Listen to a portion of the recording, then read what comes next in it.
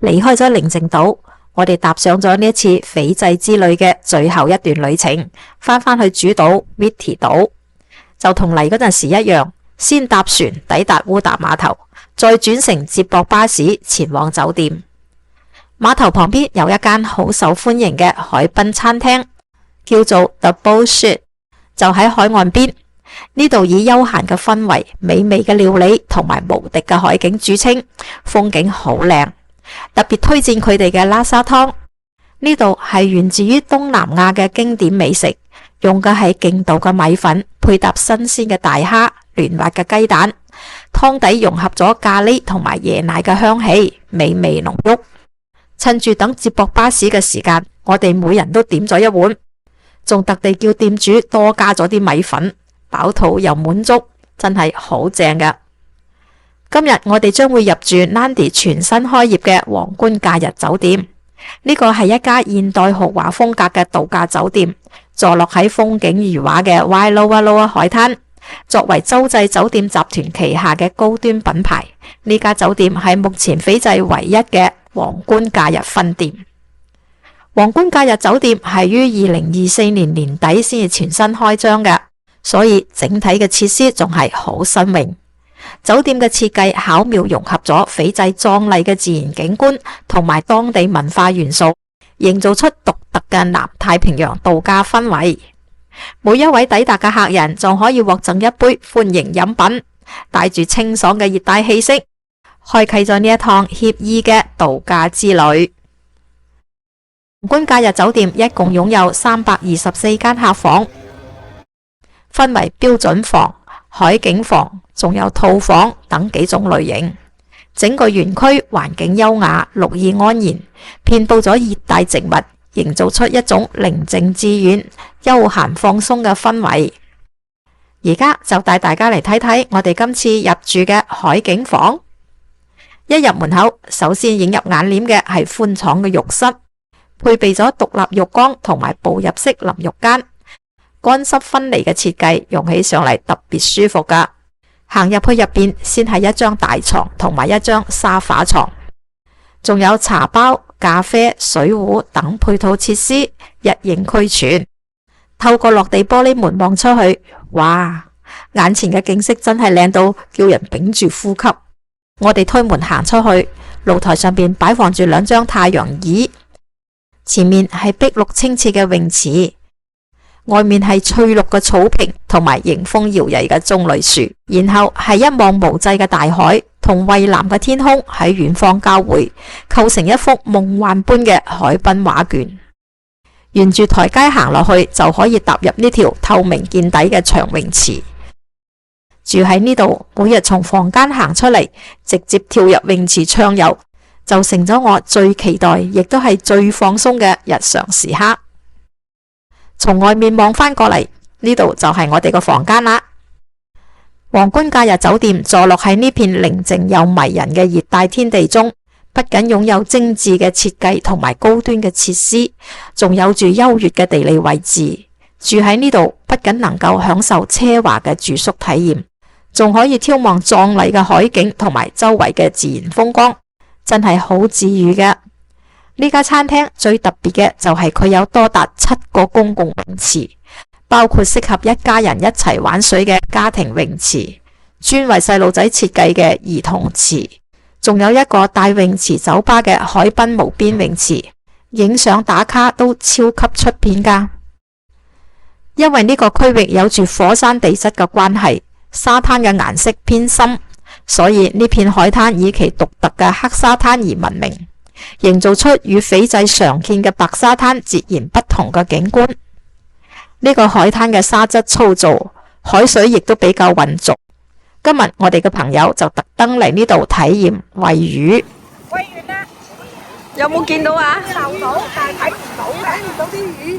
咁啊，睇到咩啊？睇到睇唔到，睇到佢哋食下咁啊，因為啲水好污濁。你掉落去見到啲魚，即係睇感覺嗰啲魚嚟食咗。啊！但係睇唔到。因此呢度並不適合浮潛或者係睇珊瑚。不過如果只係喺傍晚時分嚟呢度散步、吹海風、睇下日落，咁就絕對係最愜意嘅選擇啦。酒店入邊有7家餐廳，從國際美食到地道嘅斐濟風味，應有盡有。餐飲嘅選擇好豐富，不過目前只有 Harvest 呢間餐廳提供自助式嘅早餐服務。講到呢度嘅餐廳，不僅種類多，而且係好豐盛㗎。我哋嚟睇睇，有冷盤，有熱食，有生食、熟食，通通都有。從經典嘅西式早餐到亞洲風味，樣樣俱全。其中我最喜歡嘅就係呢一檔現場即煮嘅湯粉麵。你可以根據自己嘅口味選擇米粉或者麵條，再配搭各類嘅配菜。呢度嘅員工就會現場為你快速烹煮，一碗熱氣騰騰、鮮香四溢嘅湯粉就送咗上嚟啦，既暖胃又滿足。酒店目前設有3間主要嘅餐廳，提供多樣化嘅餐飲選擇，幾乎可以滿足各種口味。今晚我哋就選擇嚟到呢間意大利風味餐廳 La Bottega。La Bottega 餐廳環境明亮通透，仲有可以容納8到10個人嘅私人包間。無論係情侶約會，淨係家庭或者係朋友聚餐，都係好合適㗎。呢度主打嘅係地道嘅意式料理，而且特別注重選用斐濟本地嘅新鮮食材，確保每一道菜都係美味可口、風味純正嘅。就好似呢度意大利麵，口感豐富，醬汁濃郁，配搭住地道嘅意式調味，每一口都讓人回味無窮。仲有呢款甜品熔岩巧克力蛋糕，係呢家餐廳最受歡迎嘅經典意大利甜品之一，絕對值得一試。喺皇冠假日酒店，每日都有豐富多彩嘅活動安排。今日上午11點半，呢度有一場泳池有氧運動嘅課程，我哋梗係唔可以錯過啦！直接落水加入，喺陽光同微風嘅陪伴下，跟住教練喺水中舞動，一邊輕鬆燃燒卡路里，一邊享受滿滿嘅樂趣。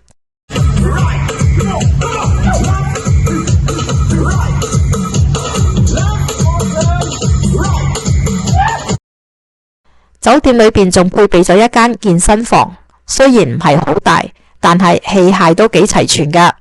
呢度係我哋每日嘅打卡點，跑步亦好，拉伸亦好。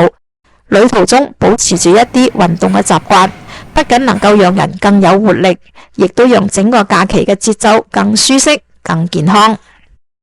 今日我哋要一起嚟體驗斐濟最具代表性嘅傳統文化活動卡華儀式。喺斐濟傳統部落嘅文化中，卡華不僅係一種飲品，佢更係一種莊嚴嘅禮節。無論係外交接待、歡迎貴賓、假日活動定係婚禮，卡華儀式都係不可或缺嘅一部分。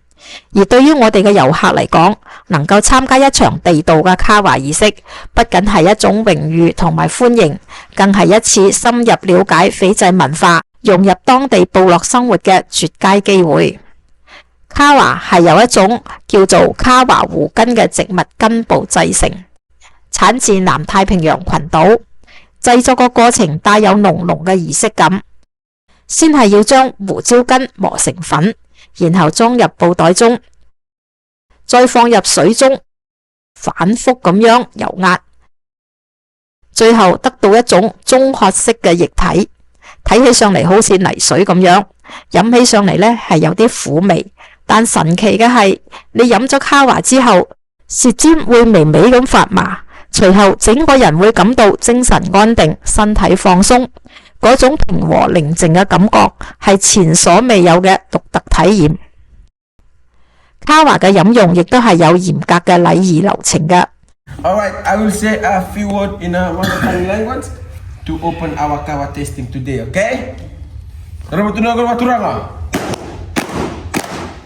客人先要雙手拍掌一次，接過卡華飲具一飲而盡，再將呢個空碗還俾主人，然後再拍掌3下，完成咗整個儀式。飲用時候大家會講一聲Bula，Bula 係我哋最常聽到嘅斐濟語，係一句問候嘅說話，你好。但呢度嘅意思係乾杯。卡華不僅係一種飲品，佢係斐濟社會嘅紐帶。象徵住團結、尊重同埋和平。如果你有機會嚟到斐濟，一定唔好錯過親身體驗一場卡華儀式。呢個係一段文化嘅旅程，係對當地人最深嘅敬意同埋感謝。今日朝早閒嚟無事，我哋就喺酒店附近隨便逛逛，發現咗一間超市，佢離酒店好近，步行只有幾分鐘。呢間超市雖然唔係話好大，但係該有嘅幾乎全部都有，日常用品、蔬菜水果、新鮮食物一應俱全。對住喺附近嘅旅客嚟講，真係好方便噶。最令我驚奇嘅係，超市入邊居然有大量來自於中國嘅商品，從零食、調味料到一啲生活用品，滿眼都係熟悉嘅中文字。喺呢度咁偏遠嘅海島上邊，遇見呢啲嚟自於祖國嘅產品，係咪覺得好親切呢？Nadi 係斐濟最熱鬧，亦都係最有活力嘅城市之一，尤其佢嘅市中心區域。今日團長特登包咗一部車，安排我哋去市區逛逛。Nadi 不僅係遊客嘅中轉站，亦都係當地居民嘅生活中心。呢度融合咗斐濟本土文化、印度文化同埋西方嘅影響，俾人一種獨特嘅城市氛圍。好快，我哋就嚟到咗市中心啦。市中心雖然唔係好大，但係店鋪林立，熱鬧嘅程度遠超好多太平洋島國嘅小城市。街道上邊有便利店、服裝店、禮品店，仲有唔少印度人開嘅金飾店，仲有一啲藥房、銀行等便利設施。整個環境睇起上嚟好生活化，行喺街上邊可以真切咁樣感受到斐濟人嘅日常節奏。我哋首先嚟到咗 Nadi 嘅菜市場，呢度係本地人採購肉類蔬菜同埋水果、香料嘅主要場所。呢啲係木薯，佢係斐濟人嘅主食嚟噶。呢啲應該係紅薯，10蚊一份。我哋仲睇到有好多熱帶水果，呢啲係長豆角，呢啲類似苦瓜，3蚊一份。羊角豆2蚊一份，香蕉5蚊。喺呢度學一下討價還價，亦都係體驗市場樂趣嘅一部分。呢度售賣遊客紀念品嘅雜貨店有好多間，品種亦都係琳琅滿目嘅。但係要留意有啲商家漫天要價，所以建議挑選嗰啲標明價格嘅商品，確保物有所值喎。呢度仲有一個手工市場，亦都係位於 Nadi 市中心嘅商業區入邊。但今日手工市場裏邊嘅攤位唔算好多，有一部分嘅店鋪都冇營業添。呢度係主要出售由斐濟本地人製作嘅手工藝品，有木雕、貝殼飾品、頸鏈、紡織品同埋服飾，仲有草編製品添。手工市場不僅係挑選獨特紀念品嘅地方，更係感受斐濟本土文化、欣賞傳統工藝嘅好去處。中午我哋就嚟到呢家渤海海鮮酒家食午餐，就喺市中心嘅十字路口，主打中式海鮮。呢度有斐濟本地最新鮮嘅活魚、龍蝦、螃蟹等海鮮菜式，菜品係即點即做嘅，超級新鮮。如果你想念家鄉味道嘅中式海鮮，呢家餐廳就絕對係值得嚟試試㗎。今日我哋參加咗一場令人期待嘅出海探險之旅。今日嘅出海一日遊係團長提前為大家報名嘅。我哋選擇嘅係 KY Sailing Tours， 一家喺當地頗受好評嘅水上活動營運商。小巴先載我哋前往另一家酒店，呢度就係斐濟最頂級嘅萬豪酒店。點解先要嚟呢度呢？係因為呢間萬豪酒店擁有私人碼頭，而卡華呢間船運公司顯然同酒店有合作，能夠喺呢度開展佢哋嘅航海項目。船公司仲有提供浮潛裝備，包括蛙鞋、救生衣等。我哋喺呢度簽署咗相關嘅免責文件，就準備好迎接冒險嘅開始啦。我哋先要登上一艘接駁小艇，佢哋會將我哋送出去外海。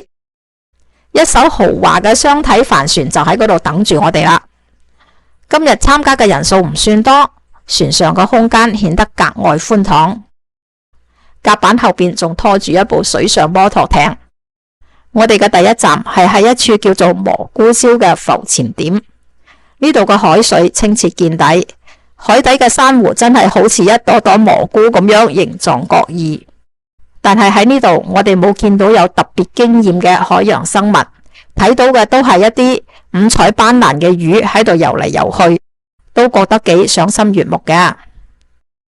我哋喺海中浮潛嘅時候，水上摩托艇亦都喺附近巡邏，隨時接應想翻去船上嘅遊客，都係好安全又周到嘅。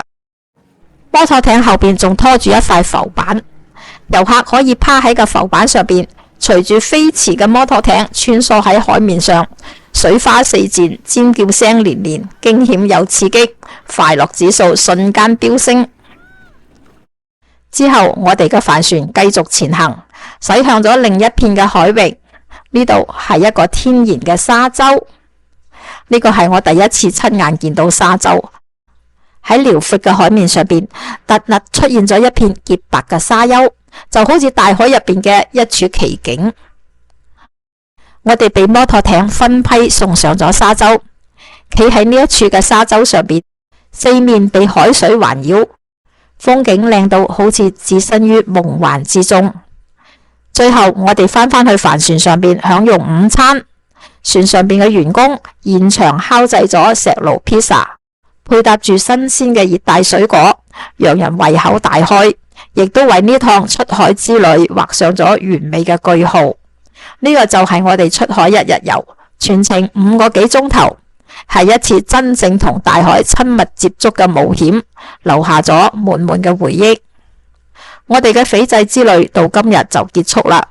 12日嘅時光轉瞬即逝，但每一個瞬間都成咗我哋心入邊最閃耀、最純粹嘅美好回憶。喺呢度，我哋遇見如夢似幻嘅沙灘，清澈透亮嘅海水，溫暖宜人嘅陽光，仲有嗰份只屬於南太平洋嘅寧靜同埋熱情。斐濟不僅僅係一個旅遊目的地，佢更似係上天恩賜嘅一片樂土。呢度有世界級嘅潛水天堂、舒適嘅住宿設施、多樣嘅美食體驗，仲有講望唔到盡頭嘅自然美景，都令人心動不已。最後要特別感謝我哋團長嘅細緻安排，讓呢一趟旅程充滿咗安心同埋驚喜。感謝每一位團友嘅陪伴同埋照顧，讓旅途多咗無數嘅溫暖同埋歡笑。亦都感謝大家慷慨分享嘅照片同埋視頻，因為有咗呢啲珍貴嘅素材，我先可以製作出呢幾集影片，可以慢慢回味呢一段美好嘅旅程。希望將嚟我哋仲會有機會嚟到呢度，一齊繼續我哋嘅斐濟之旅。呢一輯嘅斐濟漫遊就到呢度結束啦，感謝大家嘅收睇，我哋下一次再見啦。